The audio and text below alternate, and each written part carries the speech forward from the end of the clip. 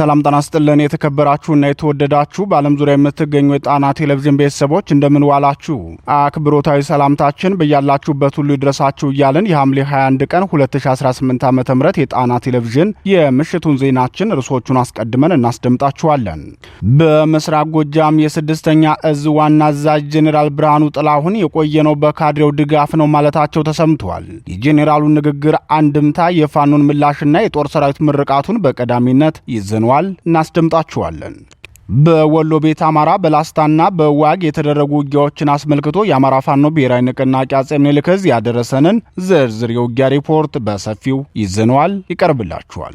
በጎንደር ጠቅላይ ግዛት በቅርቡ የተካሄደውን የአማራ ፋኖ ብሔራዊ ንቅናቄ ሁለት ዕዞች አንድነትና የአመራር ሪፎርም እንቅስቃሴ ተከትሎ በቀጠለው ጉባኤ ስለ ቀጠናዊ ጂኦፖለቲካ አሰላለፍ የተሰጡ ምላሾችንና የአማራ አንድነት ለስኬት ማህበር ያስተላልፈውን መልእክት የሚዳሰሰውን ዘገባ እናስደምጣችኋለን። በኦሮሚያ ክልል አሩሲ ጠቅላይ ግዛት በየዓመቱ ከ150 በላይ ንጹሃን እንደሚገደሉ የሚገልጸው ሪፖርት ወጥቷል። ሪፖርቱ የሚያነሳቸውን ጉዳዮች፣ የቀረቡትን መረጃዎችና የተነሱ ጥያቄዎችን በዝርዝር በትንታኔ ተመልክተነዋል። እነዚህንና ሌሎች ዜናዎችን ይዘናል። እስከ ዜናችን ፍጻሜ ድረስ አብራችሁን እንድትቆዩ እየጋበዝን ወደ ዝርዝር ዜናዎቹ እናልፋለን።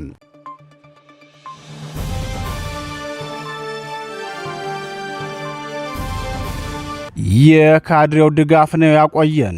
ጄኔራሉ በአማራ ሕዝብ ላይ የተከፈተውን የዘር ማጥፋት ጦርነት ከሚመሩት የኦህዴድ ብልጽግናው ጄኔራሎች መካከል የስድስተኛ እዝ ዋና አዛዡ ጄኔራል ብርሃኑ ጥላሁን በምስራቅ ጎጃም ዞን የተሰጠንን ግዳጅ በብቃት እንድንወጣ ያደረገልን የካድሬው ድጋፍ ነው።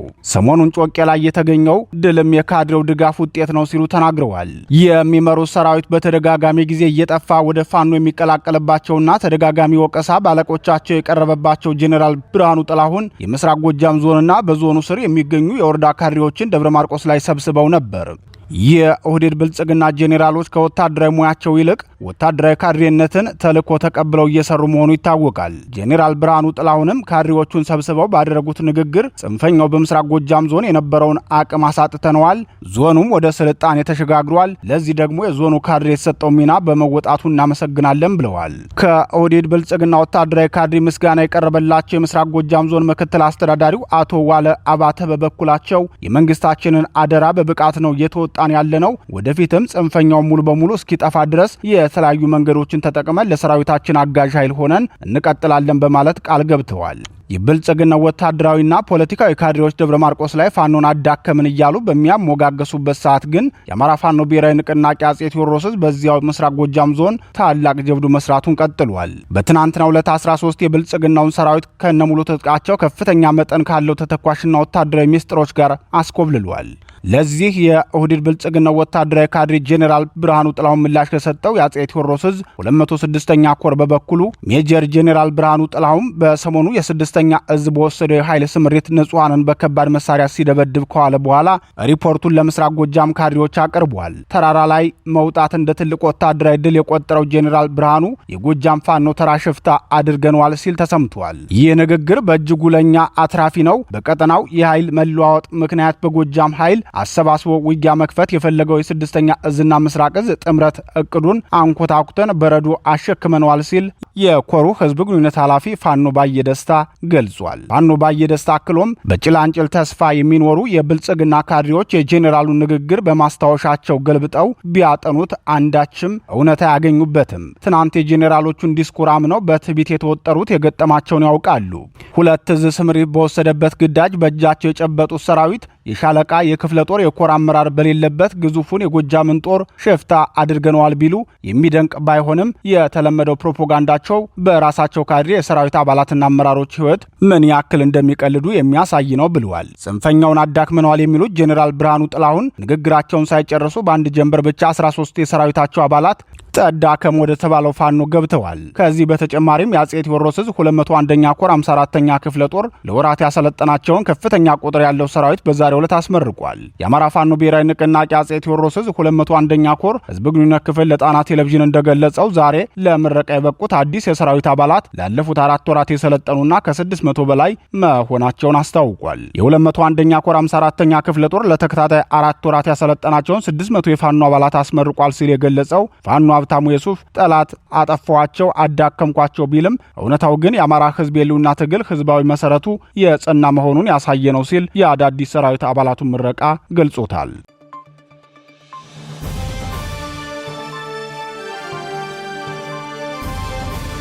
የፋኖ ታላቅ ተጋድሎ በላስታና በዋግ የአማራ ፋኖ ብሔራዊ ንቅናቄ አጼ ምኒልክ ዕዝ በዛሬው ዕለት ባደረገው ብርቱ ትንቅንቅ በወሎ ቤት አማራ ጠቅላይ ግዛት ላስታና ዋግ ላይ ታላቅ ጀብዱ መፈጸሙን አስታወቀም። በሁለቱ ግንባሮች የተደረጉ ተጋድሎችን አስመልክቶ የዙ ህዝብ ግንኙነት መምሪያ ለዝግጅት ክፍላችን እንደገለጸው የጠላትን ኃይል ሁለንተና ኪሳራ ያደረሰበት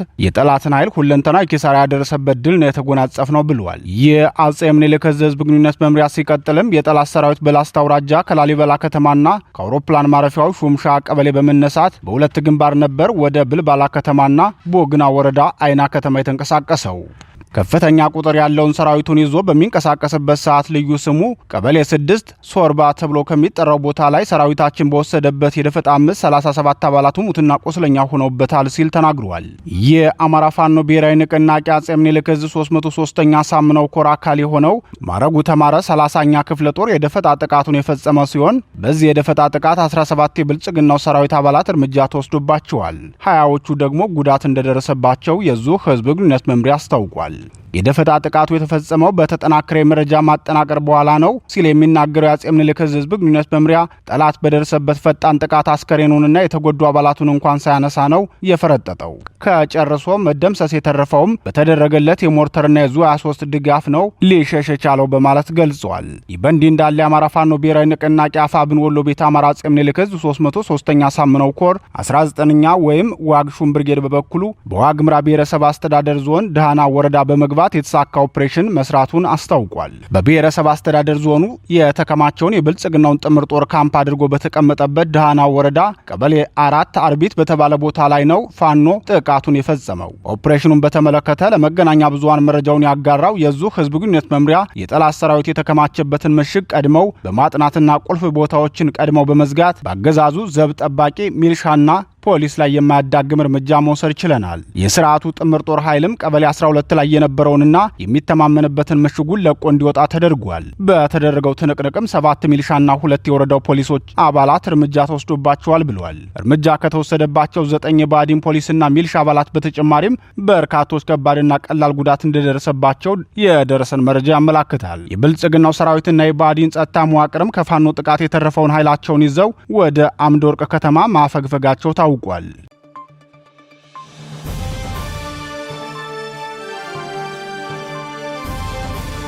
የፋኖ አንድነት ጉዞና የቀጠለው የጎንደር ጉባኤ የአማራ ፋኖ ብሔራዊ ንቅናቄ ሁለት እዞች ማለትም ጎንደር ጠቅላይ ግዛት በላይ ዕዝና አጼ ቴዎድሮስ ዕዝ በቅርቡ ያካሄዱት አንድነትና የአመራር ሪፎርም የአማራ ህዝብ ትግል ወሳኝ ምዕራፍ ገላጭ መሆኑን የአማራ አንድነት ለስኬት ማህበር አስታወቀም። ማህበሩ መልእክቱን ሲቀጥልም በቅድሚያ የጎንደር ጠቅላይ ግዛት በላይ ዘለቀ ዕዝና የጎጃም ጠቅላይ ግዛት አጼ ቴዎድሮስ ዕዝ ሰሞኑን ያደረጉት የውስጥ አንድነትና የአመራር ሽግሽግ የፈጠረብንን ደስታና ኩራት ለመግለጽ እንወዳለን። ጥር 9 ቀን 2018 ዓ.ም የተፈጠረውን የአማራ ፋኖ ብሔራዊ ንቅናቄ ምስረታ ተከትሎ የሸዋ ጠቅላይ ግዛት አሳምነው ዕዝና ወሎ ቤት አማራ ጠቅላይ ግዛት አጼ ምኒልክ ዕዝ የፈጠሩት ውስጥ አንድነትን ስናደንቅ ቆይተን ዛሬ ይህንን ስንሰማ ደስታችን እጥፍ ድርብ ሆኗል ሲል መልእክቱን ገልጿል። የአማራ አንድነት ለስኬት አክሎም ላለፉት ከ60 ዓመታትና ከዚያ በላይ የአማራው ህዝብ ባልተዘጋጀበትና ባልተደራጀበት ሁኔታ ላይ ያለ ከየአቅጣጫው ከውስጥ ባንዳና ከውጭ ታሪካዊ ጠላቶች ቅንጅታዊ ጥቃቱ ወድቆ በርካታ መስዋዕትነትን ከፍሏል። ዛሬ በእነዚህ ለቁጥር በሚያታክቱ ሰማዕታት መስዋዕትነት የተመሰረተው የፋኖ ትግል ያለምንም የውጭ ድጋፍ በአማራው ሁለንተናዊ አቅም ዓለምን በሚያስደምም ሁኔታ ከጠላት በመማረክ መታጠቅ መቻሉ ብቻ ሳይሆን በአራቱ የአማራ ግዛቶች በተጠናከረ ሁኔታ መደራጀት ችሏል በማለት የአማራን ህዝብ የቆየ ግፍና የፋኖን ትግል አስገዳጅ ጅማሮ ተናግሯል። ድህረ 1983 የስርዓት ለውጥን ተከትሎ በአማራ ህዝብ ላይ የሚፈጸመው መዋቅራዊ ጥቃት ድንበር የለሽ መሆኑን የሚናገረው የአማራ አንድነት ለስኬት ከዚህም በተጨማሪ በቢዛም ወለጋ ሞት ተፈርዶበት የነበረው አማራ ራሱ ራሱን ለመከላከል ያደረገው መደራጀትና የፈጠረው የተናበበ አንድነት እጅግ የሚደንቅ ነው። የትኛውም ኃይል ወይም አገር የአማራውን የህልውና ትግል ደግፎ የቆመ ባይኖርም የአማራው ዲያስፖራ የሚያደርገው ድጋፍ በተጠናከረ ሁኔታ እንዲቀጥል ትልቅ ስራ ሊሰራ ይገባል ብለን የምናምነው እኛ የአማራ አንድነት ለስኬት አባላቶች በዲያስፖራው ያለው የአማራ ምሁራን በቅርቡ በልዑል ዶክተር አስፋወሰን አስራተ ካሳ መሪነት ተቋቁሞ ትልቅ አማራዊ የሽምግልና ጥበብን ተጠቅሞ እንደመጣው ሁሉ ሌሎች ምሁራን ደግሞ ተቀናጅተው በልዩ ልዩ ድጋፎች ሙያዊ አስተዋጽኦ እንዲያደርጉ በዚህ አጋጣሚ ጥሪያችንን እናቀርባለን። እኛም በአማራ አንድነት ለስኬት ስር የተሰባሰብን አማሮች አማራውን በሚመለከቱ ጉዳዮች ከሁሉም ጋር በትብብር ለመስራት ዝግጁ መሆናችንን እንገልጻለን ሲል መግለጫውን አጠናቋል። ጣና ቴሌቪዥን የአማራ አንድነት ለስኬት አመራሮችና አባላት ለተጨማሪ ማብራሪያ በመጋበዝ አስተያየታቸውን ለማቅረብ እንሞክራለን። ይህ በእንዲህ እንዳለ በቅርቡ ፍጹም አንድነቱን መስርቶ ብቁ አመራሮቹን የመደበው የአማራ ፋኖ ብሔራዊ ንቅናቄ ጎንደር ጠቅላይ ግዛት በላይ ዕዝ ስራ አስፈጻሚ በሁለተኛ ቀን ውይይቱ ወቅታዊውን የቀጠናውን ጂኦፖለቲካዊ አሰላለፍና ስትራቴጂካዊ ሁኔታዎች ላይ ውይይት ማድረጉን አስታውቋል። የምስራቅ አፍሪካ ቀጠና የበርካታ ሀገር በቀልና ቀጠናዊ የፖለቲካ ኃይሎች የፍላጎት መገናኛና የትግል አውድ መሆኑን የተገነዘበው ስራ አስፈጻሚው ይህንኑ ታሳቢ ያደረገ የኃይል አሰላለፍ ትንተና ማድረጉን የዙ ህዝብ ግንኙነት መምሪያ ገልጿል። የህዝብ ግንኙነት መምሪያው አክሎም በዚህም መሰረት የተቋሙን የወደፊት ስትራቴጂካዊ አቅጣጫ ለመወሰን የሚያስችሉ ፖለቲካዊ፣ ወታደራዊ፣ ማህበራዊና ኢኮኖሚያዊ ጉዳዮች ላይ ሰፊና ጥልቅ ውይይት በማድረግ ለቀጣይ የድርጅቱ ግብዓት ይሆናሉ የተባሉ ጉዳዮች ላይ ሀሳብ ተሰጥቶበታል ብለዋል። በአማራ ፋኖ ብሔራዊ ንቅናቄ ምክትል ሰብሳቢ ለወታደራዊ ጉዳዮች ኃላፊ አርበኛ ሀብቴ ወልዴ የተመራው የጎንደር ጠቅላይ ግዛት በላይ ዕዝ ስራ አስፈጻሚ ስብሰባ የፖለቲካ መምሪያ ኃላፊው አርበኛ ረዳት ፕሮፌሰር ጌታ አስራደ እንዲሁም ሌሎች ከፍተኛ የድርጅቱ አመራሮች ተገኝተው ሐሳብና አስተያየታቸውን ማካፈላቸውን የዙ ህዝብ ግንኙነት መምሪያ አስታውቋል። ስራ አስፈጻሚው በቀጠናዊ ሁነቶችና ተቋማዊ ዝግጁነት ላይ ያደረገው ምዘና መነሻ በማድረግ በቀጣይ የትግል ምዕራፍ መወሰድ በሚገባቸው ታክቲካዊና ስትራቴጂካዊ እርምጃዎች ላይ ትኩረት እንደተደረገበትም የአማራ ፋኖ ብሔራዊ ንቅናቄ ጎንደር ጠቅላይ ግዛት በላይ ዕዝ ህዝብ ግንኙነት መምሪያ አርበኛ ጋሻው ግዛት ለጣና ቴሌቪዥን ባደረሰው መረጃ ገልጿል።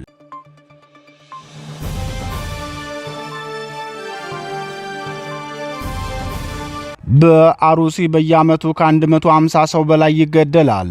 ሪፖርቱ ያለፉትን 8 ዓመታት ንጹሃን በብሔር ማንነታቸውና በሃይማኖታቸው ተለይተው በጅምላ በሚገደሉበት በሚሳደዱበትና በሚፈናቀሉበት ኦሮሚያ ክልል ዙሪያ አስደንጋጭ ሪፖርት ወጥቷል።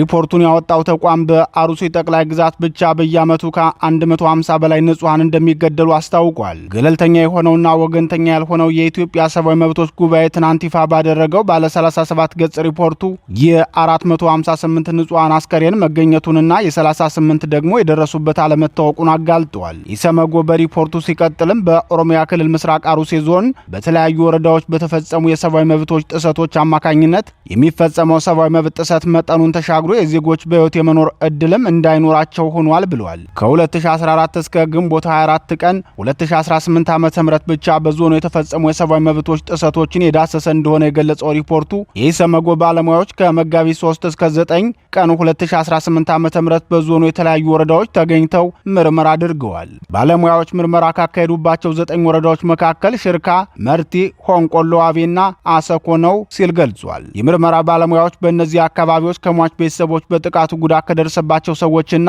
ከአይን ምስክሮች ጋር ቃለ መጠይቅ እንዳደረጉ ሪፖርቱ ላይ የሰፈረ ሲሆን ከኢትዮጵያ ኦርቶዶክስ ተዋሕዶ ቤተክርስቲያን አርሲ ሀገረ ስብከት ቤተ ክህነትና ከወረዳዎች ቤተ ክህነቶች የተገኙ መረጃዎች እንዲሁም አስረጂ ሰነዶች የምርመራው አካል እንደሆኑም ጠቅሷል። በአርሲ ዞን የተመዘገቡት የሰብአዊ መብቶች ጥሰቶች መፈጸም የጀመሩ ከ4 ዓመት በፊት መሆኑን የሚገልጸው ይኸው ሪፖርት በአካባቢው የሚገኙ የታጠቁ ቡድኖች የአካባቢው ማህበረሰብ ላይ ሃይማኖትን መሰረት ባደረገ መልኩ የኦርቶዶክስ ተዋሕዶ እምነት ተከታዮች ላይ ጉዳት ማድረሳቸውን ያትታል። በቀሲስ ታጋይ የሚመራው የኢትዮጵያ ሃይማኖቶች ጉባኤ ግን በአካባቢው ተገኝቼ አጣርቻለሁ ብሎ ይፋ ባደረገው ሪፖርቱ ምንም አይነት ሃይማኖታዊ ጥቃት አልተፈጸመም፣ ተራ ግጭት ነበር ብሎ ነው ሪፖርቱን ያቀረበው። የብልጽግናው ሊቀመንበር ኮሚሽነር የመደቡለት የኢትዮጵያ ሰብአዊ መብቶች ኮሚሽን በበኩሉ 2 ሰዎች ብቻ ናቸው የተገደሉት በማለት ሪፖርት ማቅረቡ አይዘነጋም። በሪፖርቱ መሰረት በእነዚህ ዓመታት ውስጥ ከፍተኛ ሞት፣ የአካል ጉዳት፣ የንብረት ውድመት፣ አስገድዶ መሰወር፣ እገታ ተፈጽሟል። አብያተ ክርስቲያናት ላይ ዝርፊያ መድረሱንና ታጣቂዎቹ በርካታ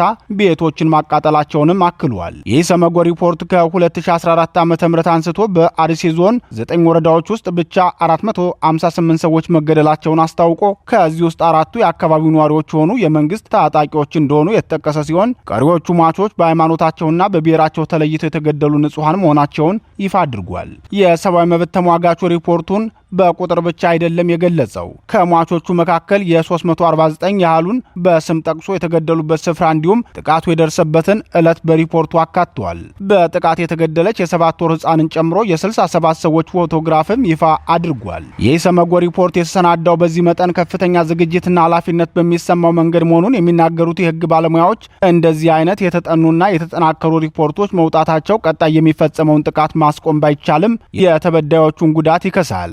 ከዚህ በተጨማሪም ዓለም አቀፉ ማህበረሰብም ለጉዳዩ ትኩረት እንዲሰጠው የሚያስገድድ ነው ሲሉ ተናግረዋል። የኢሰመጎ ሪፖርት ሲቀጥልም ከግድያ በተጨማሪ ሃይማኖትን መሰረት ያደረገ እገታ እንደተፈጸመ አስታውቋል። የማስለቀቂያ ገንዘብ ከተከፈለ በኋላ ነጻ የወጡ ሰዎች ቢኖሩም አንዳንዶቹ ክፍያው ተፈጽሞም መገደላቸውን ያነሳል። ሌሎች ደግሞ ከታገቱ በኋላ የት እንዳሉ እንደማይታወቅ ጠቅሷል። ታግተው ያሉበት ሁኔታ የማይታወቅ በሚል የተገለጹ 38 ሰዎች ስም ዝርዝር ሪፖርት ውስጥ ተካቷል።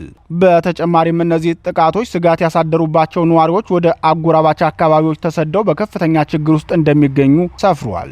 በምስራቅ አርሲ ዞን የሚፈጸመው ጥቃት መነሻውን ከአክራሪው የአልሸባብ ክንፍ የሚቀዳ መሆኑንና ይህን የሚያስተባብሩ የስርዓቱን መዋቅር የተቆጣጠሩ ግለሰቦች በኃላፊነት መመደባቸውን ጣና ቴሌቪዥን በተከታታይ የትንታኔና የምርመራ ዘገባ ማቅረባችን አይዘነጋም።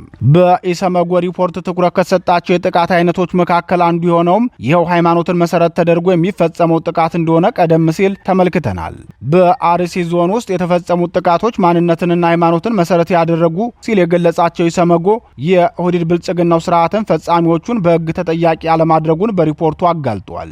ጭራሽ ሆን ብሎም ቢሆን በቸልተኝነት ለአጥፊዎቹ ከለላ ሲሆን ቆይቷል። የክልሉ መንግስት የተፈናቀሉ ነዋሪዎች በፈቃደኝነት በክብርና በደህንነት ወደ ቀያቸው የሚመለሱበትን ሁኔታ እንዲያመቻች ኢሰመጎ ጥሪ አቅርቧል። በኦሮሚያ ክልል አርሲ ዞን የሚገኙ ወረዳዎች በተለያየ ጊዜያት ተደጋጋሚ ጥቃቶችን አስተናግደዋል። በዚህ ዓመት ቢያንስ በጥቅምትና ግንቦት ወራት ብቻ በተፈጸሙ ጥቃቶች ነዋሪዎች ተገድለዋል። ሆኖም የብልጽግናው ስርዓት ለደረሰው ጥፋት ሁሉ ተጠያቂ የሚያደርገው ሸኔን ብቻ ነው። እንደ ጣና ቴሌቪዥን የምርመራ ዘገባ ግኝት ደግሞ ከዚህ ጥፋት ጀርባ በስርዓቱ መዋቅር ውስጥ የሚገኙ አክራሪዎች፣ በሃይማኖት ስም የተደራጁ ማህበራት፣ አንዳንድ የሃይማኖት መምህራንና የክልሉ የጸጥታ ኃይል መሆናቸውን ማረጋገጥ ተችሏል። በኦሮሚያ ክልል የሚፈጸመው ማሳደድ፣ ማፈናቀል፣ ማገትና መግደል ወንጀል ከአንድ ዞን ብቻ በዓመት ከ150 በላይ ሰው የሚገደል ከሆነ በአጠቃላይ በክልሉ የሚደርሰው ውድመት ደግሞ ምን ያህል አስከፊ ሊሆን እንደሚችል ምሁራን ስጋታቸውን ገልጸዋል።